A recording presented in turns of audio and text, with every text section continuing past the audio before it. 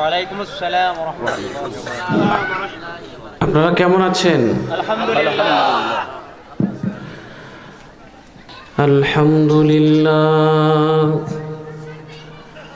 আলহামদুলিল্লাহ নাহমাদুহু ওয়া নাস্তাঈনুহু ওয়া নাস্তাগফিরুহু ওয়া নাউযু বিল্লাহি মিন শুরুরি আনফুসিনা। من يهد الله فلا مضل له ومن يضلله فلا هادي له ونشهد أن لا إله إلا الله وحده لا شريك له ونشهد أن سيدنا وحبيبنا ومولانا محمدا عبده ورسوله الذي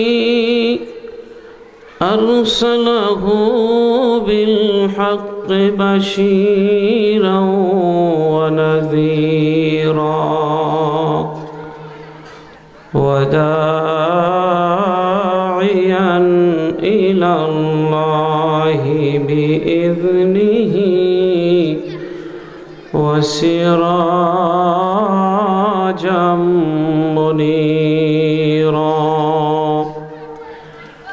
فقد قال الله تعالى في كلامه المجيد والفرقانه الحميد. أعوذ بالله من الشيطان الرجيم. بسم الله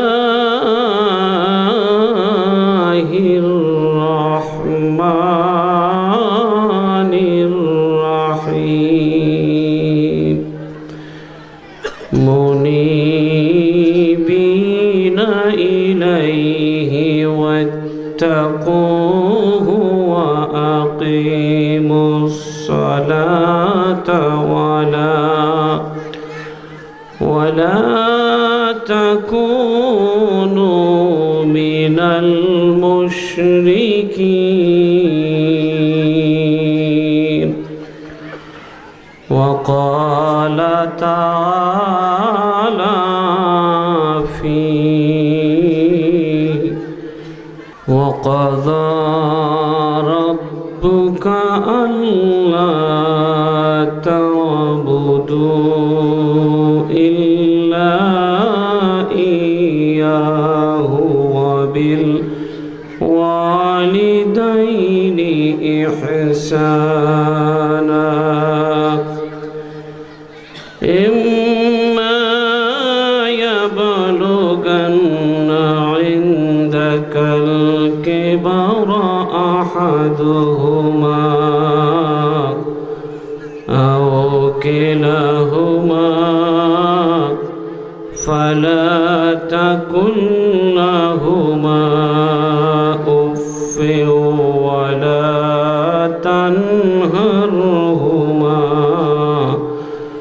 وقل لهما قولا كريما. إن الله وملائكته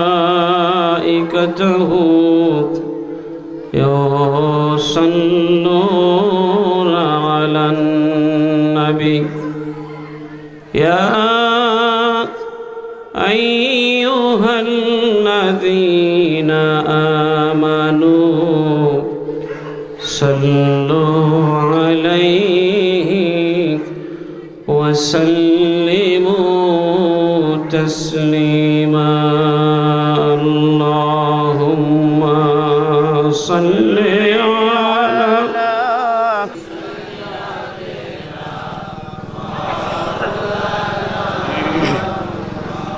وعلى آله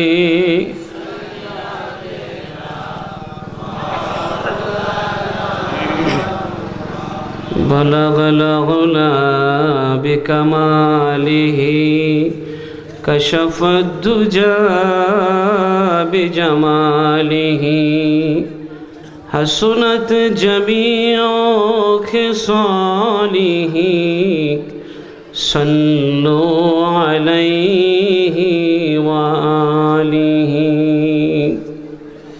উপস্থিত সম্মানিত আলোচক হাফেজ কারি মাওলানা সাইদুর রহমান আসাদ সাহেব সহ সম্মানিত ওলামায়ে কেরাম, দূর দূরান্ত থেকে আগত আমার দিন প্রিয় ইসলাম প্রিয় ভাইয়েরা, পর্দার আড়ালের মা ও বোনেরা,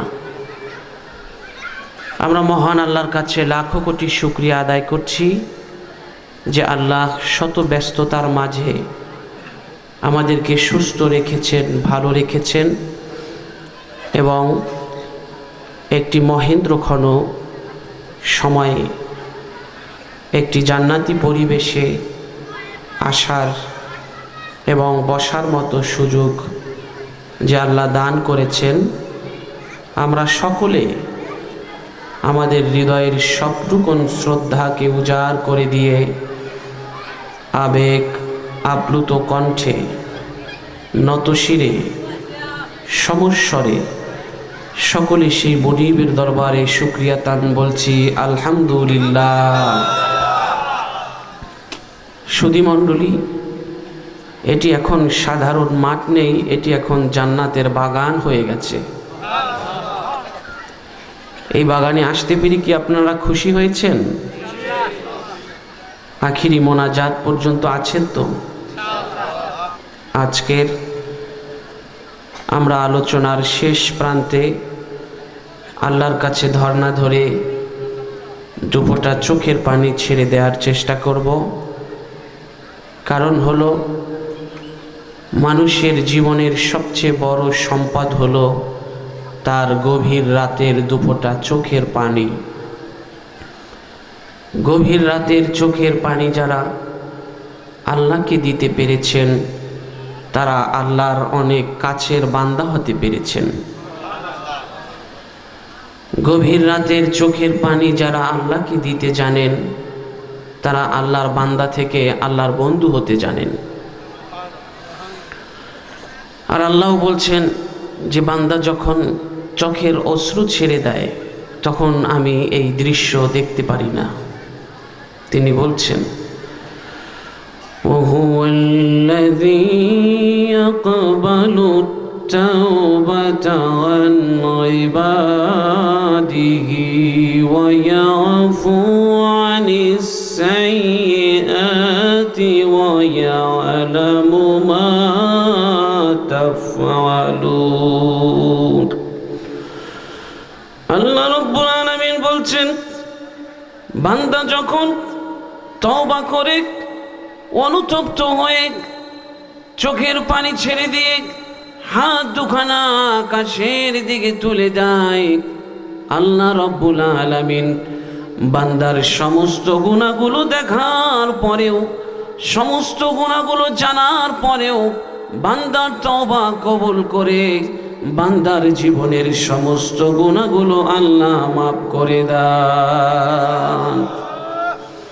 আমার ভাইয়েরা, আপনারা কাগজের লেখা চিঠি দেখেছেন, যেভাবে কাগজের লেখাগুলো মুছে যায়, বান্দা যখন গুনাহের কথা স্মরণ করে চোখের পানি ফেলে ফেলে কান্দে, আর যখন চোখের পানিগুলো তার গাল বেয়ে বেয়ে পড়তে থাকে, কাগজের লেখা চিঠির উপরে বৃষ্টির পানি পড়লে যেভাবে কাগজের লেখাগুলো মুছে যায়, বান্দা যখন গুনাহের কথা স্মরণ করে চোখের পানি ফেলে ফেলে কান্দে, আর চোখের পানিগুলো যখন গাল বেয়ে বেয়ে পড়তে থাকে, চোখের পানিগুলো তার আমল নামায় পড়ে আমল নামার বদগুলো চিরতরে মুছে যায়। বলুন সুবহানাল্লাহ।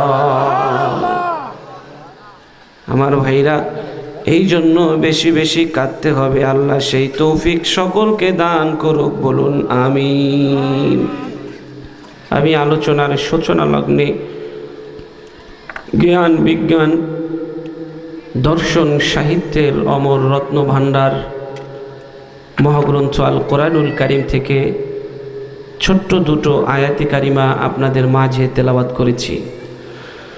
প্রথমে যে আয়াতে কারিমাটি তেলাওয়াত করেছি সেটি হলো মহান প্রতিপালকের ঐশী তেজস্বীয়তায় উৎস প্রশোভন, ভাব মাধুর্যের নিরুপম খনি, ভাষা মুক্তাবলীর সুপ্ত সমুদ্র, সর্বকালের সর্বযুগের সর্বশ্রেষ্ঠ গ্রন্থ কোরআনুল কারীমের সূরা আর রুমের 30 নং আয়াত।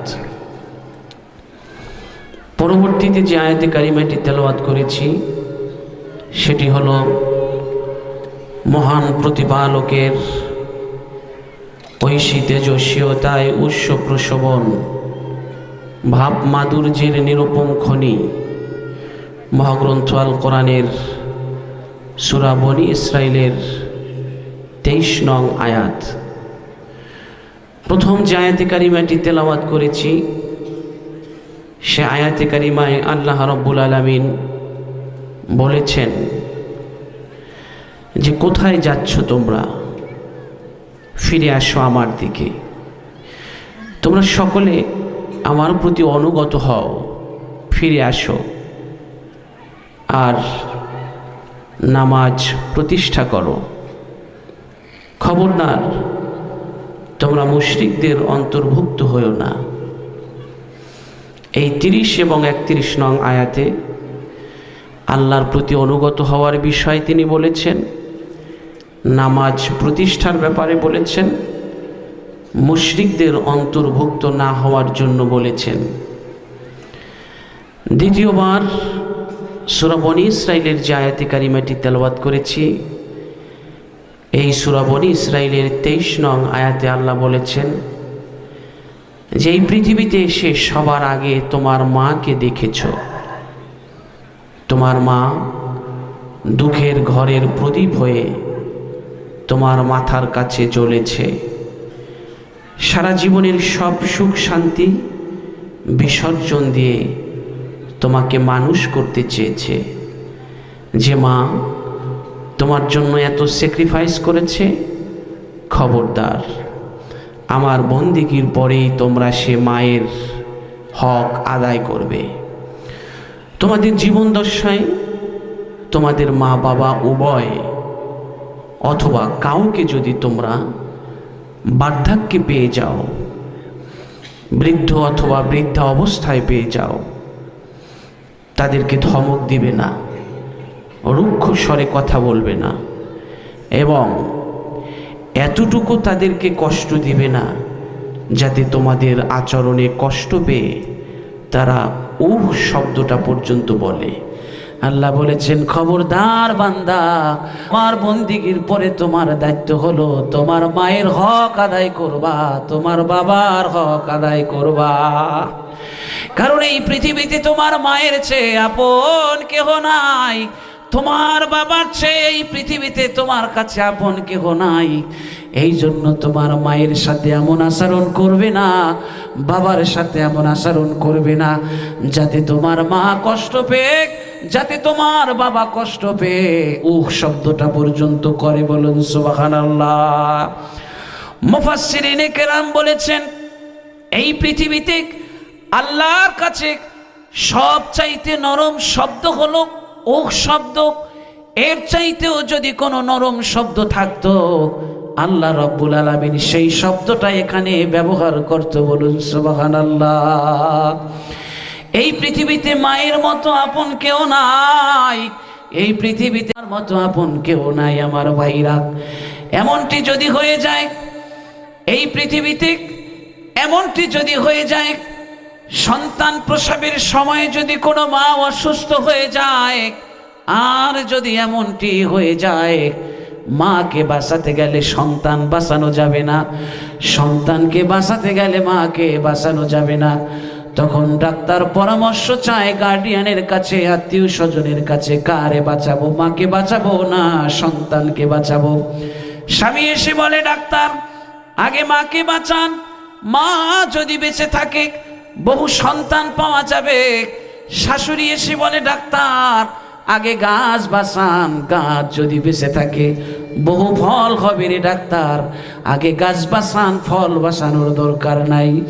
আমার ভাইয়েরা, এবার জনম দুঃখিনী মা যখন সতিকা গৃহে চলে যায়, চিকিৎসক যখন সতিকা গৃহে চলে যায়, তখন মা দুঃখিনী কান্দে আর বলে ডাক্তার আমি বুঝতে পেরেছি তুমি কি সিদ্ধান্ত নিয়েছো, আমি বুঝতে পেরেছি ওরা কি বলেছে। তাইলে শোনো ডাক্তার, ওরা বুঝবে কি, ওরা তো আমার সন্তান 10 মাস 10 দিন পেটে বোঝা বয় নাই, আমি আমার সন্তানকে 10 মাস 10 দিন পেটে বোঝা বয়েছি, আমি এই পৃথিবীর আলো বাতাস দেখেছি, আমার সন্তান এই পৃথিবীর আলো বাতাস দেখে নাই, আমার সন্তান এই পৃথিবীর স্বাদ গন্ধ গ্রহণ করতে পারে নাই। তাই ডাক্তার আমার জীবনের বাকি হায়াত আমি আমার সন্তানের দান করে দিতে চাই, আমার জীবনের প্রদীপ নিভিয়ে আমার সন্তানের জীবন প্রদীপ জ্বালিয়ে দিতে চাই রে ডাক্তার, আমাকে মারেন তবু আমার সামনে যেন আমার সন্তান নাহি মরে যায়, আমি মরার পরেও যদি আমার সন্তান বেঁচে থাকে, আর আমি ইন্তেকালের পরেও যদি আমার সন্তানের স্পর্শ আমার বুকে লাগে, আমার মরার যন্ত্রণা মরার কষ্ট আমি ভুলে যাব রে ডাক্তার, আমাকে মারেন তবু আমার সন্তান যেন নাহি মরে যায়। এই হলো মা। বিজ্ঞানীরা বলেছে সন্তান যখন মায়ের পেটে থাকে প্রথম 3 মাস দাঁড়ানো অবস্থায় থাকে, মাঝের 3 মাস রুকু অবস্থায় থাকে, শেষের 3 মাস সেজদা অবস্থায় থাকে। যখন দুনিয়াতে আসার সময় হয়ে যায় তখন একজন ফেরেশতা এসে বলে ও আল্লাহর বান্দা চলো তোমাকে অনেক বড় একটা জগতে নিয়ে যাওয়ার জন্য আমি এসেছি। বাচ্চা বলে দেখো এখানে আমি অনেক ভালো আছি, এর চাইতে বড় জগৎ আমি চাই না, এর চাইতে ভালো আমি থাকতে চাই না, এখানে আমি অনেক ভালো আছি। এবার ফেরেশতা বলে বোকা না, তোমাকে আরো বড় একটা জগতে যেতে হবে। এবার যখন অনুরোধ করতে থাকে বাচ্চা পৃথিবীতে আসতে চায় না, এবার আল্লাহ রব্বুল আলামিনের কাছে গিয়ে ফেরেশতা বলে ও আল্লাহ তোমার এই বান্দা তো পৃথিবীতে যেতে চায় না, আমি কি করব? এবার আল্লাহ রব্বুল আলামিন বলে যাও যাও তারে ঘাড় ধাক্কা দিয়া দুনিয়ার মধ্যে বের করে দাও, তাকে দুনিয়াতে যেতেই হবে। বলুন সুবহানাল্লাহ। আমার ভাইয়েরা, এবার ফেরেশতা এসে সন্তানকে ঘাড় ধাক্কা দিয়া দুনিয়াতে বের করে দেয়। যখন দুনিয়াতে বের করে দেয় সন্তানের মাথা আগে আসে, পায়ের লাথি গিয়া মায়ের কলিজার মধ্যে লাগে, মায়ের কলিজায় আঘাত করিয়া, মায়ের কলিজায় ভর করিয়া, মায়ের কলিজায় লাথি মারিয়া সন্তান যে দুনিয়ার মধ্যে আসে, তখন মা দুঃখিনী যে ব্যথা অনুভব করে দুনিয়ার মধ্যে ভুক্তভোগী মা ছাড়া আর কেউ এই যন্ত্রণা বুঝতে পারে না। এই হলো মা। আমার ভাইরা, অনেক সাহেব আছেন এই মাকে ভুলে যান, এই মাকে গ্রামের বাড়িতে রেখে শহরের বাড়িতে গিয়া ভালো ফ্ল্যাটে থাকেন, আর মা দুঃখিনী পথের দিকে তাকায় তাকায় কান্দে, আহারে আমার খোকা কখন আসবে, আমার খোকা কেমন আছে, আমার খোকা কেন আমার খবর নেয় না। বুঝলাম না মায়ের মর্যাদা, চিনলাম না মাকে। আমার ভাইয়েরা, এমনও আছে অনেকে স্ত্রীর কথা মতো মায়ের সাথে কথা বলা বন্ধ করে দেয়, অনেকে আবার আছেন স্ত্রীর কথা মতো জনম দুঃখিনী মাকে আঘাত করেন, জনম দুঃখিনী মাকে মারেন। অনেকে আছেন জনম দুঃখিনী মাকে আলাদা করে দেন। আপনি মনে রাখবেন নবীজি বলেছেন যদি তোমার মা কষ্ট পায় তাহলে আল্লাহ কষ্ট পায়। রিদার রব্বি ফি রিদাল ওয়ালিদি ওয়া সাখতুর রব্বি ফি সাখতিল ওয়ালিদি। তোমার মা বাবার সন্তুষ্টিতে আল্লাহ সন্তুষ্ট হয়ে যায়, তোমার মা বাবার অসন্তুষ্টিতে আল্লাহ রব্বুল আলামিন অসন্তুষ্ট হয়ে যায়। এক সাহাবী জিজ্ঞাসা করলেন, ইয়া রাসূলুল্লাহ, এই পৃথিবীর মধ্যে সবচাইতে উত্তম আচরণ পাওয়ার উপযোগী কে, আর মায়ের প্রতি আমার হক কতটুকু? এবার নবীজি বললেন, মা হাক্কুল ওয়ালিদাইনি আলা ওয়ালিদিহিমা হুমা জান্নাতুকা ওয়া নারুকা। তোমার মা হলো জান্নাত আর তোমার মা হলো জাহান্নাম। মা বাবার খেদমত করলে জান্নাত পাবে, আর মা বাবারে কষ্ট দিলে তুমি জাহান্নামী হয়ে যাবে। অন্যত্র এসেছে, নবীজি বলেছেন, কোন সন্তান যদি পিতামাতার প্রেমিক, কোন সন্তান যদি মা বাবার দিকে দয়ার দৃষ্টিতে, দয়ার নজরে একবার তাকায়, আল্লাহ রব্বুল আলামিন একবার তাকানোর কারণে তার আমলনামায় একটা কবুল হজের সওয়াব লিখে দেয়। বলুন সুবহানাল্লাহ। সাহাবায়ে কেরাম বললেন, ইয়া রাসূলুল্লাহ, আমি যদি 10 বার আমার মায়ের দিকে তাকাই, 70 বার আমার মায়ের দিকে দৈনিক তাকাই, বাবার দিকে আমি যদি ন্যাক দৃষ্টিতে তাকাই, দয়ার নজরে তাকাই, তাইলে কি হবে?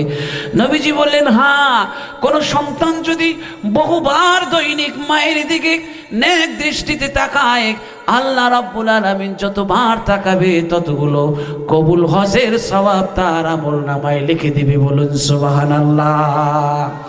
এই জন্য যার মা বেঁচে আছে, মাকে সময় দিবেন, মাকে যত্ন করবেন, বাবাকে যত্ন করবেন। ঈদের দিন আসলে, কোরবানির দিন আসলে, ব্যস্তময় জীবনে মায়ের কাছে এসে একটু সময় দিবেন মাকে। মায়ের জন্য একটা দামি শাড়ি নিয়ে আসবেন, মাকে সেই শাড়ি পরিয়ে ভালো একটা চেয়ারে বসিয়ে মায়ের হাতে নতুন টাকার বান্ডিল দিয়ে বলবেন, মা তুমি যাকে মন চায় তোমাকে সালাম করবে আর টাকাগুলা দেবা। মা তুমি জানো না, আমার জীবনে আমি যা কিছু পেয়েছি মা, এগুলো আমার নয়, এগুলো হলো তোমার। মা এভাবে যদি মাকে করতে পারেন, বাজারের ব্যাগটা যদি মায়ের হাতে দিতে পারেন, মা খুশি হয়ে যাবে। মায়ের অন্তর থেকে যেই দোয়া আসবে, এই দোয়ায় আল্লাহ রাব্বুল আলামিন আপনাকে এত দূর পর্যন্ত নিয়ে যাবে যা জীবনে কোনোদিন আপনি কল্পনাও করেন নাই। বলুন সুবহানাল্লাহ। মাকে চিনলাম না, বিদেশে বিরাজ্যে যাহার সন্তান মারা যায়, প্রতিবেশী জানার আগে আগে জানে মায়। মায়ের কলিজায় টান লেগে যায়। মা বুঝতে পারে কোনো খবর যদি মাকে না দেয়া হয়, তবুও মা দুঃখিনী বুঝতে পারে তার কলিজার টুকরা পৃথিবীতে নাই, মারা গেছে। মায়ের কলিজার তরে টান লেগে যায়, মা বুঝতে পারে। তাই তো কেউ যদি না কান্দে, মা সবার আগে কান্দে, মা সবার চেয়ে বেশি কান্দে। মা কান্দে সারা জীবন, স্ত্রী সন্তানেরা কান্দে বছর খানেক, একদিন 2 দিন, কিন্তু জনম দুঃখিনী মা সারা জীবন ওই সন্তানের জন্য কাঁদে। দুঃখের দিনে সবার আগে সন্তানের কথা মনে করে, আহারে আমার এই দুঃখের দিনে কেউ যদি না থাকতো, আমার সন্তান আমার পাশে থাকতো। সুখের দিনে সবার আগে সন্তানের কথা মনে পড়ে আর কান্দে। মা মনে করে, আহারে আজকের এই সুখের দিনে আমার সন্তান যদি থাকতো, আমার পাশে থাইকা সুখ শান্তি ভোগ করতে পারতো। এই হলো মা। বিদেশে বিরাজ্যে যাহার সন্তান মারা যায়, প্রতিবেশী কাদার চেয়ে বেশি কাঁদে মায়, স্বজনেরা কাদার চেয়ে বেশি কাঁদে মায়। এই মাকে যেন আমরা কেউ কষ্ট না দেই। আমার ভাইয়েরা, ফকির আলমগীর একটি গান লিখেছে, সেই গানটি আপনারা সকলে জানেন। এমন দরদ ভরা, এমন দরদ ভরা, এমন মায়া ভরা গান তিনি লিখেছে, পরাণ জুড়িয়ে যাবে সেই গানটি শুনলে। তিনি লিখেছেন, মায়ের একধার দুধের দাম কাটিয়া গায়ের চাম, মায়ের একধার দুধের দাম কাটিয়া গায়ের চাম, পাপোশ বানাইলে ঋণ শোধ হবে না আমার মা গো।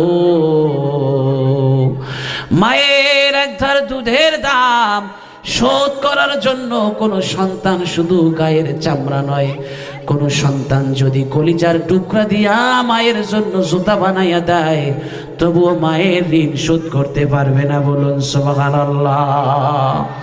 আমার ভাইয়েরা, মা হলো এমন জিনিস, মা সন্তানের জন্য যেই স্যাক্রিফাইস করতে পারে এই পৃথিবীতে আর কেউ এমন স্যাক্রিফাইস করতে পারে না। ম্যাক্সিম গোর্কির একটি উপন্যাসের মধ্যে একটি ঘটনা লিখেছে এরকম। ম্যাক্সিম গোর্কি লিখেছেন, কোনো এক সন্তান এক নারীকে ভালোবাসতেন। নারীকে যখন বিবাহের প্রস্তাব দিলেন, নারীকে যখনই বললেন আমি তোমাকে বিবাহ করতে চাই, তখন মহিলা বললেন ঠিক আছে তুমি আমাকে বিবাহ করবে, কিন্তু আমার শর্ত আছে। বিবাহের আগে আমার শর্ত হলো তুমি যদি তোমার মায়ের কলিজা এনে আমাকে দিতে পারো তাইলে বুঝবো তুমি পৃথিবীতে সবার চাইতে আমারে বেশি ভালোবাসো। বলুন নাউজুবিল্লাহ। বোকা ছেলে নারীর প্রেমে এতই আসক্ত হয়ে গেল। ম্যাক্সিম গোর্কি ঘটনাটি ঠিক এভাবে লিখেছে। ম্যাক্সিম গোর্কি ঘটনাটি ঠিক এভাবে লিখেছে, এবার গিয়া সেই সন্তান মাকে মেরে মায়ের কলিজা ব্যাগের মধ্যে করে নিয়ে সেই নারীর দিকে রওনা দিয়েছে। নারীর দিকে যখন রওনা দিয়েছে, কিছু দূর যাওয়ার পরে হোঁচট খেয়ে যখন সন্তান পড়ে গিয়েছে, মায়ের কলিজাটা হাত থেকে ছিটকে পড়ে গেছে। যখনই হাত থেকে ছিটকে পড়ে গেছে, সন্তানটি তখন ব্যথা পেয়ে আহ করে একটা শব্দ করেছে। তখন মায়ের কলিজা থেকে আওয়াজ ভেসে এসেছে, মা যেন বলতেছে আহারে খোকা তুই ব্যথা পাসনি। এই হলো মা। এই মাকে আমরা চিনলাম না, এই মাকে আমরা বুঝলাম না, এই মাকে কষ্ট দেই। যার দাঁত আছে দাঁতের মর্ম বোঝে না, যার মা আছে মায়ের মর্ম বোঝে না। মা যখন থাকবে না, বাবা যখন থাকবে না, সারা পৃথিবী তুমি ঘুরবা, তোমার মায়ের মতো স্নেহ তোমাকে কেউ দেবে না। যেই মা বিপদের দিনে যাই নামাজ বিছাইয়া রাতের বেলা কাঁদতো, সবাই ঘুমায়া যাইতো, রাতের পর রাত মা শুধু কাঁদতো, কান্নার আওয়াজ আসতো, আর মা বলতো আল্লাহ আমার খোকার অসুখ তুমি ভালো করে দাও, আমার খোকার অসুখ আমারে দাও, আমার মাথায় যত চুল আছে তত হায়াত দিয়ে আমার খোকারে বাঁচাই রাখো। যেই মা এরকমের দোয়া করতো, সেই মাকে কেমনে তুমি আলাদা করে দাও, সেই মাকে কেমনে তুমি ভুলে থাকো। বিদেশে থাকলে সবার খবর নাও, সেই মায়ের খবর তুমি কেন নেও না? মা পথের দিকে তাকায় থাকে, স্ত্রীর সাথে ফোনে কথা বলো, মেয়ের সাথে কথা বলো, মায়ের সাথে কথা বলো না, এমনটি যেন না হয়। আমার ভাইয়েরা, এই মাকে আমরা ধীরে ধীরে পর করে দিচ্ছি। দিন যতই যাচ্ছে মা বাবার প্রতি সন্তানের প্রেম প্রীতি ভালোবাসা মায়া মহব্বত কমে যাচ্ছে। আমার ভাইরা, আপনারা 2013 সালের একটি ঘটনা দেখেছেন পত্রিকাতে, আমিও দেখেছি। বিভিন্ন পত্রিকায় আমি লেখালেখি করি বিদায় নয় দিগন্ত, কালের কণ্ঠ, যুগান্তর, বাংলাদেশ প্রতিদিনে আপনারা দেখবেন আমি কলাম লিখি। আমি লিখতে গিয়ে অনেক প্রবীণ সাংবাদিকের সাথে আমার গভীর হৃদ্রতা গড়ে উঠেছে। 2013 সালের একটি ঘটনা আপনারা নয় দিগন্ত সহ বহু পত্রিকায় দেখেছেন। কুমিল্লাতে 2 সন্তানের এক জননী ছিল, 2 সন্তানের মা। এই 2 সন্তানকে মা দুঃখিনী, ছোটবেলা থেকে বহু কষ্ট করে নিজে না খেয়ে স্বামী মারা যাওয়ার পরে কষ্ট করে লালন পালন করে মানুষ করেছে। 2 সন্তানকে চাকরি দিয়েছে মা দুঃখিনী। 2 সন্তান এখন ভালো আছে। এখন মা দুঃখিনীকে তারা ঘরের পুরান ফার্নিচারের মতো বোঝা মনে করতেছে। একদিন, 2 দিন, 3 দিন বারবার ঝগড়া বাজাতে লাগলো। তার পুত্রবধূরা ঝগড়া করতে করতে কুমিল্লাতে দেখেছেন আপনারা পত্রিকায়, ঝগড়া করতে করতে একদিন সিদ্ধান্ত নিয়ে ফেললো। পুত্রবধূরা বলে ফেললো, দেখো তুমি যদি তোমার মাকে এই ঘরে রাখো তাইলে আমরা এই ঘরে থাকবো না। এখন সিদ্ধান্ত নাও কারে এই ঘরে রাখবা, তোমার মাকে রাখবা না আমাদের রাখবা। এবার 1 দিন, 2 দিন, 3 দিন বহুবার এভাবে ঝগড়া করতে করতে সন্তানেরা তিক্ত হয়ে গেল, বিরক্ত হয়ে গেল। এবার 2013 সালে এবার জনম দুঃখিনী মাকে একদিন রাতের বেলায় দুই সন্তান মাইক্রোবাসে করে ঢাকার উদ্দেশ্যে রওনা দিয়েছে।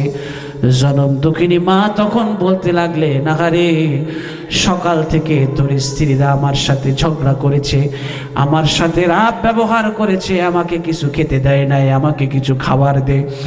নিষ্ঠুর দুই সন্তান মাকে খাবারও দিল না। এবার মাকে ঢাকা থেকে নিয়ে গেল সেই পদ্মা নদী পাড়ি দিয়ে নিয়ে গেল বরিশালে। বরিশালের গৌ নদীর টর্কি নামক একটা জায়গায় নিয়ে গেল, যেখানে আমি প্রতি বছর প্রোগ্রাম করি 5 বছর পর্যন্ত। জনম দুঃখিনী মাকে সেই বরিশালের গৌ নদীর টর্কিতে নিয়া রাত্র যখন 3টা বাজলো, তখন মা দুঃখিনীকে মাইক্রোবাস থেকে ধাক্কা দিয়া রাস্তার পাশে ফেলে দিয়ে মাইক্রোবাসের দরজা বন্ধ করে দিয়েছে। মাইক্রোবাসের দরজা বন্ধ করে দিয়ে মা দুঃখিনীকে রাস্তার পাশে ফেলে দিয়ে আবার গাড়ি নিয়ে ঢাকায় চলে এসেছে। আপনারা দেখেছেন এই ঘটনা জাতিকে এতটা কাঁদিয়েছে। মা দুঃখিনী 3 দিন পর্যন্ত রাস্তার পাশে রাতের পর রাত কেঁদেছে। 3 দিন পরে যখন লোকজন এসে জানলো, লোকজন এসে দেখতে পেল কোন সম্ভ্রান্ত পরিবারের শিক্ষিতা নারী। এবার জিজ্ঞেস করলো, মা তুমি কেন 3 দিন পর্যন্ত রাতের বেলা এখানে তুমি থাকো, কারণ কি? মা দুঃখিনী কাঁদলো আর বলল, বাবারে আমার সন্তানেরা এখানে আমারে রেখে গেছে, ওদের জন্য আমি পথ পানে তাকিয়ে আছি। এবার লোকেরা বলল, তাইলে শোনো তুমি আমাদের বাড়িতে চলো, আর কত অপেক্ষা করবা? মা দুঃখিনী অবুঝের মতো বলল, ওরা আমার এখানে রেখে গেছে, ওরা আমার এখানে আবার নিতে আসবে। আমি যদি তোমাদের বাড়িতে যাই তাইলে আমার সন্তানেরা এখানে আইসা আমারে খুঁজলে পাবে না। এই জন্য আমি এই জায়গা ছেড়ে, আমার সন্তানেরা যতদিন পর্যন্ত না আসবে এই জায়গা ছেড়ে আমি তোমাদের সাথে যাব না। আমার ভাইয়েরা 3 দিন চলে গেল। 3 দিন পরে সাংবাদিকরা যখন সংবাদ পেল, স্থানীয় প্রশাসন সংবাদ পেল, এবার সাংবাদিকেরা চলে আসলো, পত্রিকায় নিউজ আসলো, দেশের লোকেরা জানলো। এবার প্রশাসনের মাধ্যমে সন্তানদের সাথে খোঁজ করলো, সন্তানদের খবর নিল। সন্তানরা বলল, হ্যাঁ আমার মা ঝগড়াটে বিদায় তাকে রেখে এসছি, আমার মারে এই সংসারে আর উঠাতে পারবো না। আমার ভাইরা, এবার আমি জিজ্ঞেস করলাম সেই সাংবাদিককে যিনি রিপোর্ট করেছেন তাৎক্ষণিকভাবে, ভাই তুমি সেখানে গিয়ে কি দেখেছো? এবার সাংবাদিক বলল, ভাই কোনো সন্তানের জন্য মা যে এত ত্যাগ করতে পারে জানতাম না। আমরা 3 দিন পর্যন্ত বললাম, মা আমাদের বাড়িতে চলো, গেল না। 3 দিন জনম দুঃখিনী মা রাতের বেলা, হিংস্র প্রাণী কত প্রাণী না থাকে, যেই সন্তানের রাইখা মা একদিন থাকতে পারতো না। যেই সন্তান ছোটবেলায় কারো বাড়ি বেড়াতে গেলে মা রাতের বেলা ঘুমাইতো না। আরে আমার কোলের সন্তান কেমন আছে আমি জানি না, সেই সন্তানেরা মাকে 3 দিন পর্যন্ত রাস্তার পাশে ফেলে রেখেছে কেমনে জানি না। এবার আমি বললাম, তারপরে কি ঘটনা হয়েছে বলো? সাংবাদিক বলল, আজাদি ভাই আমরা গিয়ে যখন বললাম, ছেলেদেরকে অনুরোধ করলাম ফোনের মাধ্যমে তোমার মাকে নিয়ে যাও, এখান থেকে নিয়ে যাও, তারা বলল আমার মাকে আর নেব না। তখন আমরা গিয়ে তাকে বললাম, মা গো তোমার সন্তানেরা তোমাকে আর কোনোদিন এখানে নিতে আসবে না। এবার মা দুঃখিনী কাঁদলো আর বলল, তাইলে তোমরা শোনো, তোমরা না সাংবাদিক, তোমরা তাইলে একটা কথা শোনো রে, তোমরা আমার সন্তানের একটা খবর জানায় দাও, ওরা আমার এখানে নিতে না আসুক তাতে আমার কোনো দুঃখ নাই, কিন্তু ওরা যেন শুধু আমার একটু মা কইয়া ডাকে।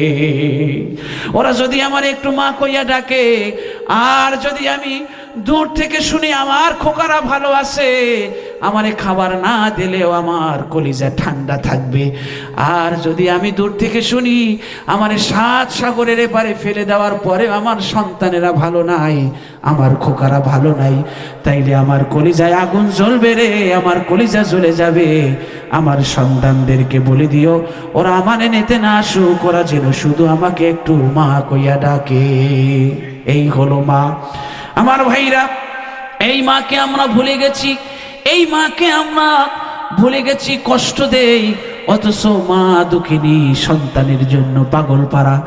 যখন ছাত্র জীবনে আমরা পড়াশোনা করতাম দেখেছি জনম দুঃখিনী মা ভালো কাপড় পরতো না, ভালো খাবার খাইতো না, বড় মাছ বাজার থেকে আনতো না, বাবা যান ভালো দামি লুঙ্গি পরতো না, রিস্কায় চড়তো না, হাইটে আসতো, সেই টাকা জমা করতো।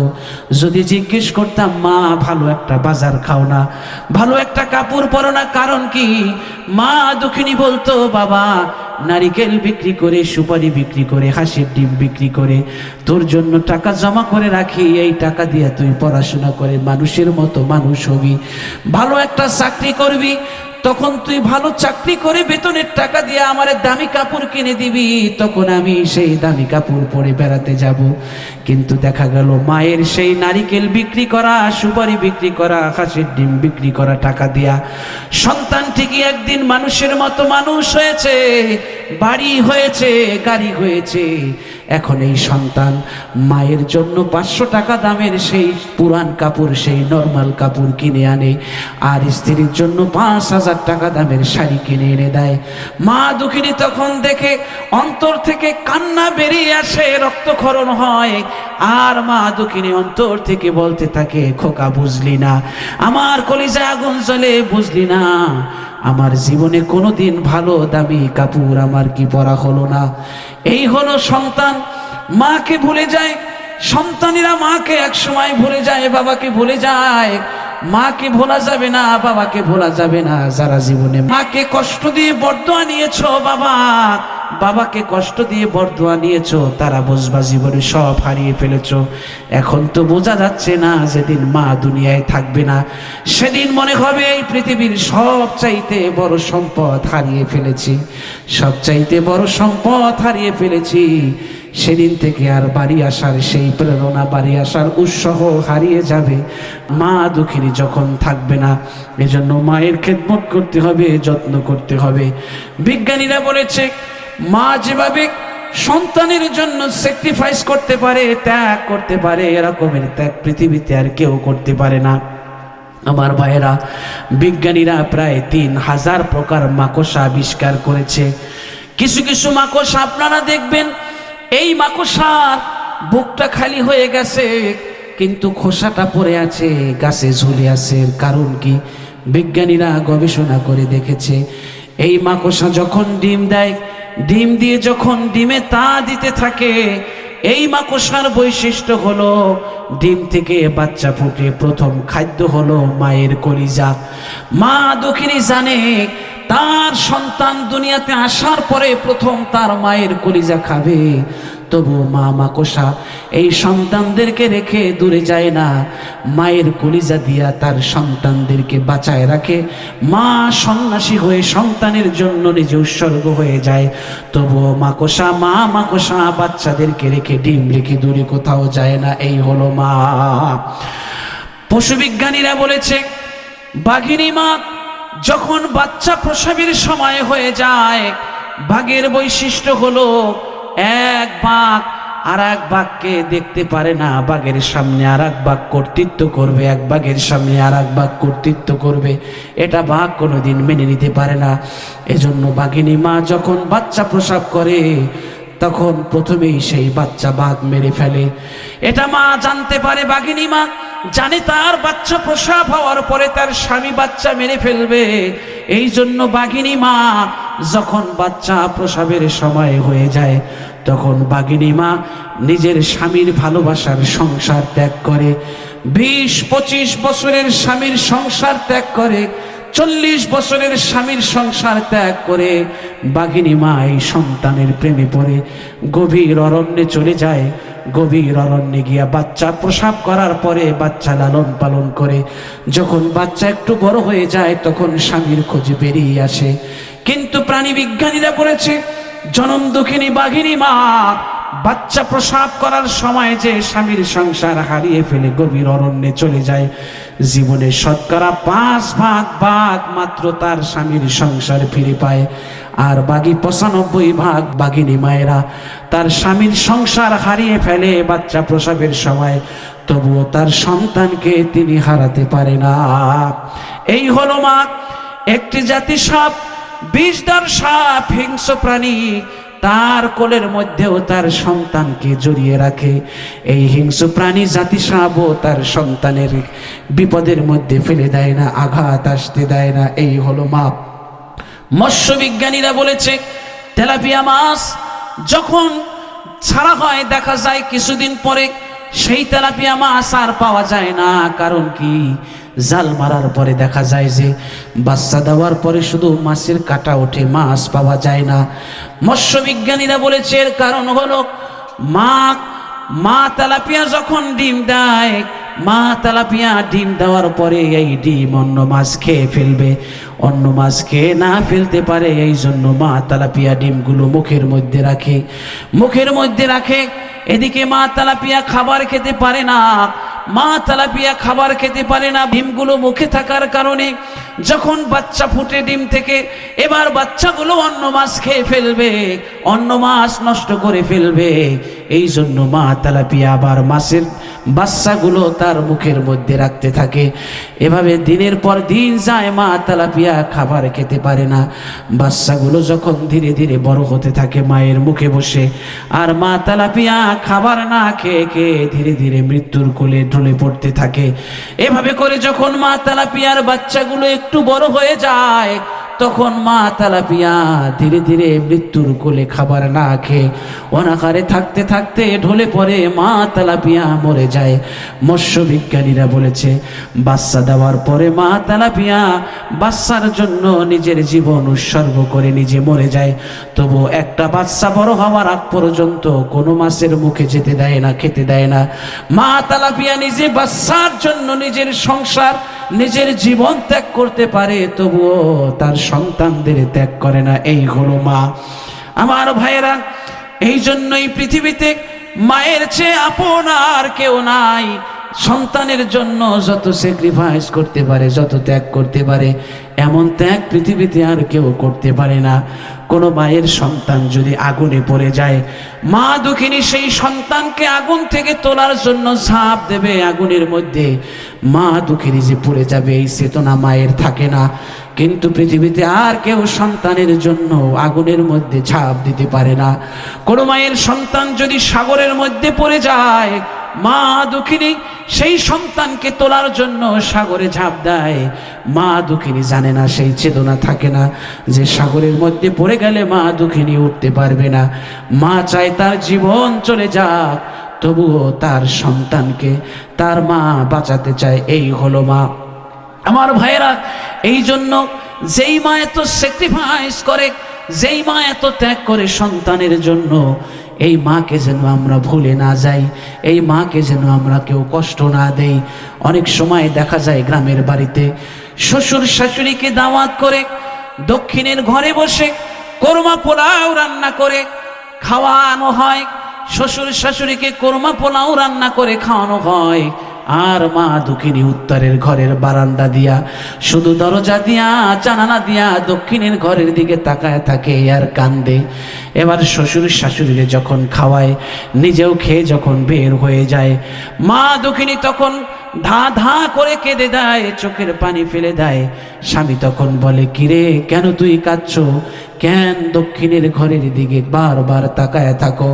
তখন মা দুঃখিনী বলে, স্বামী, যেই সন্তানের 10 মাস 10 দিন পেটে বোঝা বয়েছি, যেই সন্তানের না খাওয়াইয়া খাবার মুখে দিতাম না, যেই সন্তানের গোসল না করাইয়া নিজে গোসল করতাম না, যেই সন্তানের ঘুম না পড়াইয়া নিজে ঘুম পড়তাম না, সেই সন্তান শ্বশুর শাশুড়িরে দাওয়াত করে খাওয়াইলো, নিজে খাইলো, ঘর থেকে নিজে খেয়ে বের হয়ে গেল, আমার খবর নিল না, আমার খবর নিল না রে স্বামী। আগে যদি আমি জানতাম এমন সন্তান আমি 10 মাস 10 দিন আমার পেটে বোঝা বইতাম না। এমন দৃশ্য বহুত দেখা যায় আমাদের দেশে। আজ দীর্ঘ সময় আপনাদের মাঝে কথা বলেছি, আমি অনেক কথাই বলে ফেলেছি, রাত গভীর হয়ে গেছে, আজ আর নয়। আবার যদি দেখা হয় তখন আরো অনেক কথা হবে। ততদিন পর্যন্ত ভালো থাকবেন, সুস্থ থাকবেন, সেই প্রত্যাশা রেখে আজকের এখানেই জবনিকা টানছি। আল্লাহ হাফেজ। এখনই মোনাজাত হবে। আল্লাহুম্মা আমিন।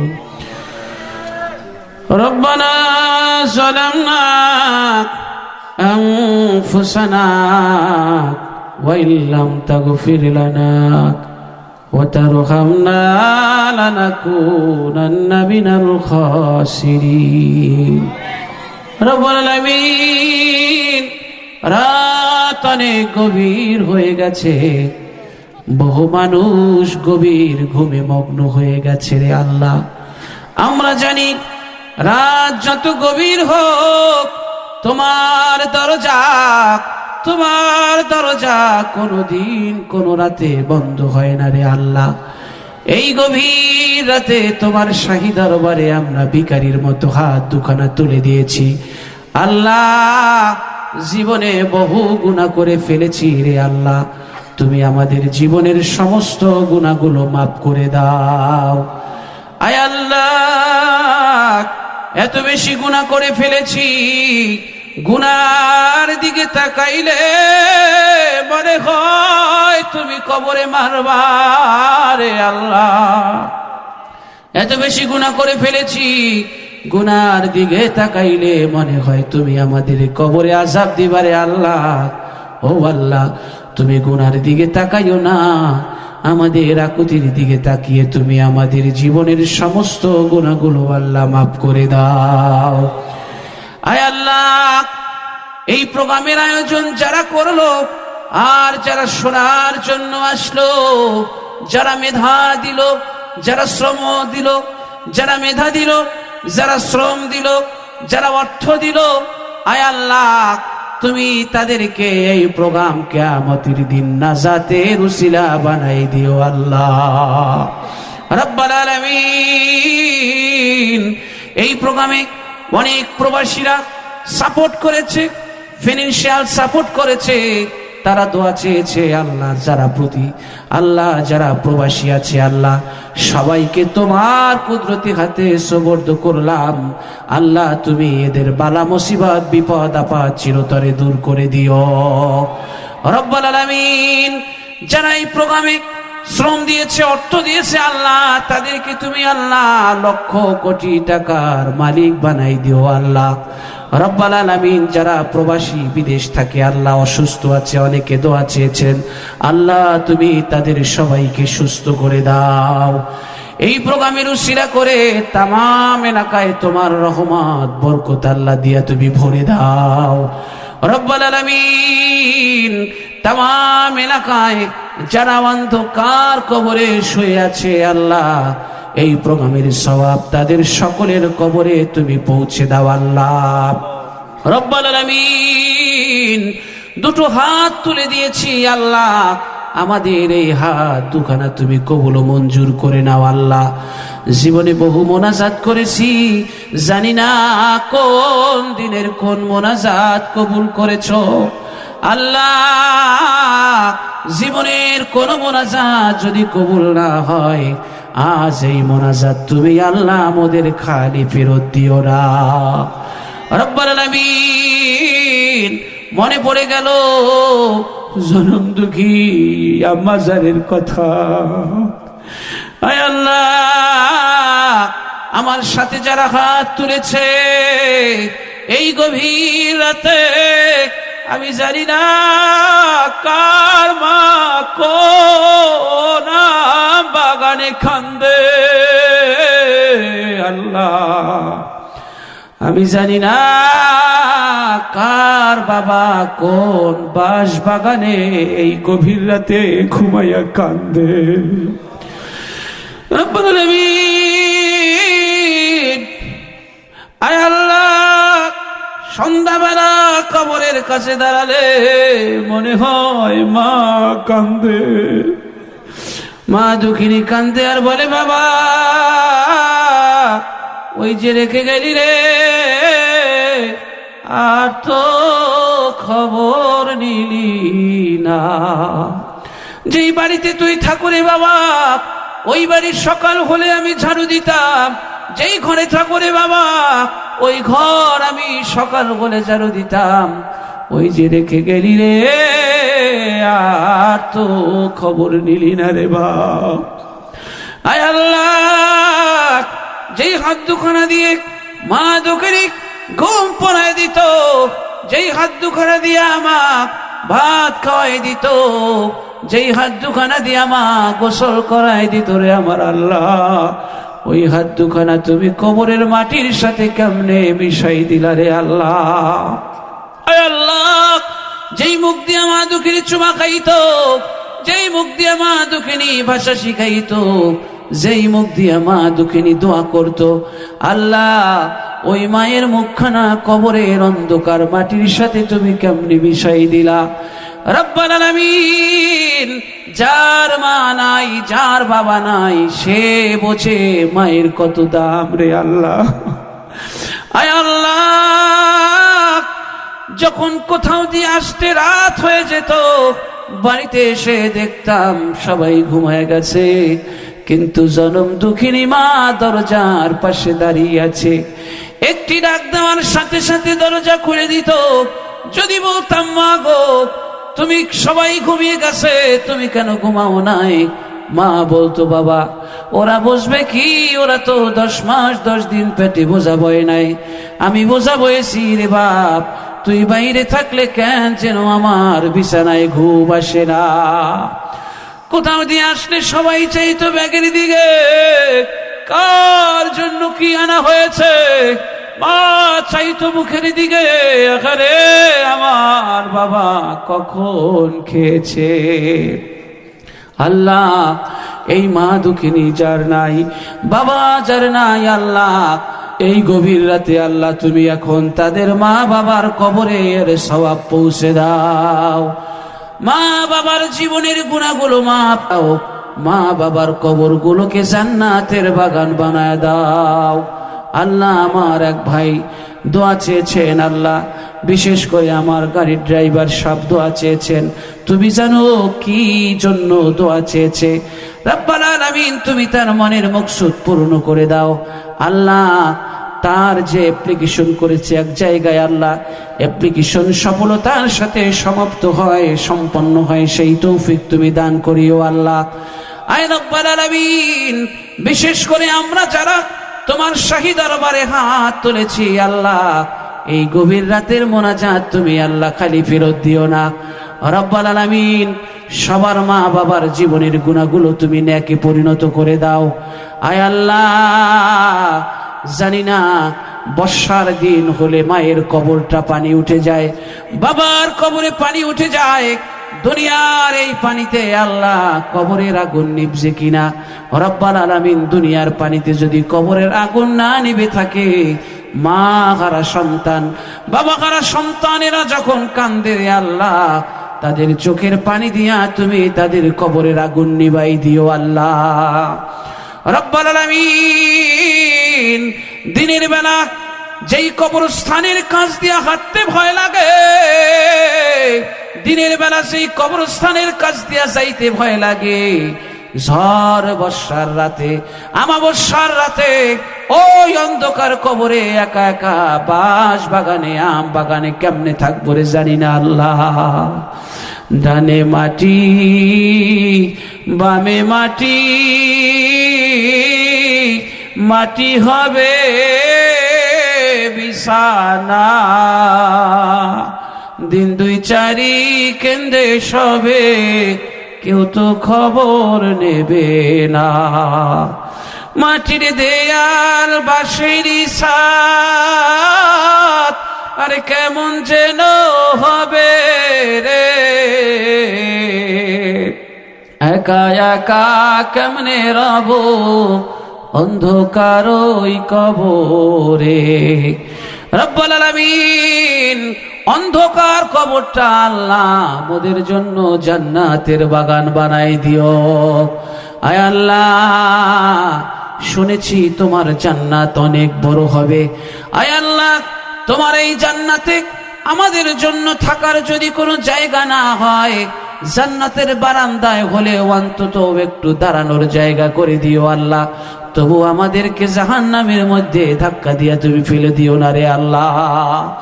আয় আল্লাহ, তুমি যদি আমাদের মোনাজাত কবুল করে নাও, তোমার কোনো ক্ষতি হবে না, তোমার কোনো লস হবে না। অনেক মায়েরা এসেছে আল্লাহ, এই মাদের জন্য দোয়া করছি আল্লাহ। এই মাদেরকে তুমি আল্লাহ মা ফাতেমার সাথে একই জান্নাতের বাসিন্দা বানাই দিও আল্লাহ রাব্বাল আলামিন। এই হাত দুখানা তুমি খালি ফেরত দিও না। সকল আর হইতে আমরা ফিরিয়া, বলুন আমার সাথে, সকল আর হইতে আমরা ফিরিয়া তোমারি আরে রইলাম পরিয়া। তুমি যদি মাফ না করো এখন বোধেরে, মোরা এখন যাব বলো কারদারে। আয় আল্লাহ, আমরা যারা হাত তুলেছি আল্লাহ, আজকের মোনাজাত খালি ফেরত দিও না রে আমার আল্লাহ। রব্বির হামহুমা কামা রাব্বায়ানি সগীরা। সুবহান রাব্বিকা রব্বিল ইজ্জাতি আম্মা ইয়াসিফুন ওয়া সালামুন আলাল মুরসালিন والحمد لله رب العالمين واجعل آخر كلامنا عند الموت لا إله إلا الله محمد رسول الله।